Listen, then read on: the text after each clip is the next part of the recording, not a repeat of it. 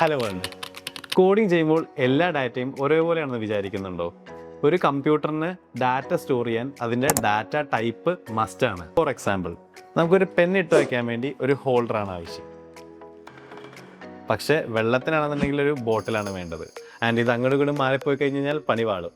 ഇതുപോലെ തന്നെ കമ്പ്യൂട്ടേഴ്സിൽ alphabets store ചെയ്യാൻ സ്ട്രിങ് എന്ന് പറയുന്നൊരു ഡാറ്റ ടൈപ്പ് ഉണ്ട്. അതേപോലെ നമ്പേഴ്സിന് വേണ്ടി ഇൻറ്റിജറും യെസ് നോ പോലത്തെ വാല്യൂവിന് ബൂളിയനുമാണ് ഉള്ളത്. ആൻഡ് പ്രോഗ്രാമിംഗ് ലാംഗ്വേജസ് അനുസരിച്ച് നമുക്ക് ഡാറ്റ ടൈപ്സും മാറും. ജാവ പോലത്തെ ലാംഗ്വേജസ് കുറച്ച് സ്ട്രിക്റ്റ് ആണ്. അതായത് വേരിയബിൾ പറയുന്നതിന് മുന്നേ അതിൻ്റെ ഡാറ്റ ടൈപ്പ് ഇൻറ്റിജർ ആണോ സ്ട്രിങ് ആണോ എന്ന് പറയണം. ഇങ്ങനത്തെ പറയുന്ന ലാംഗ്വേജസിനെയാണ് നമ്മൾ സ്റ്റാറ്റിക്കലി ടൈപ്ഡ് എന്ന് പറയുന്നത്. പക്ഷേ ജാവാ സ്ക്രിപ്റ്റിലേക്ക് വരുമ്പോൾ നമുക്ക് അത്ര സ്ട്രിക്ട്നെസ് ഇല്ല. ഡാറ്റയ്ക്ക് അനുസരിച്ച് അത് മാറിക്കോളും. അതായത് അത് ഫ്ലെക്സിബിൾ ആണ്. ഇത്തരം ലാംഗ്വേജസിനെ നമ്മൾ ഡൈനാമിക്കലി ടൈപ്ഡ് എന്ന് പറയും. ഡാറ്റ ടൈപ്സ് മാറിപ്പോയി കഴിഞ്ഞാൽ ആപ്ലിക്കേഷൻ ക്രാഷ് ആവാൻ ചാൻസ് ഉണ്ട്. അപ്പോൾ ഡാറ്റ ടൈപ്സ് മനസ്സിലാക്കുന്നത് ഒരു ഡെവലപ്പറിന് മസ്റ്റാണ്. അപ്പോൾ ഇതുപോലെ സിമ്പിളായിട്ട് കോഡിംഗ് പഠിക്കാൻ വേണ്ടി നമ്മളുടെ ചാനൽ ഫോളോ ഓർ സബ്സ്ക്രൈബ് ചെയ്യൂ. Happy coding.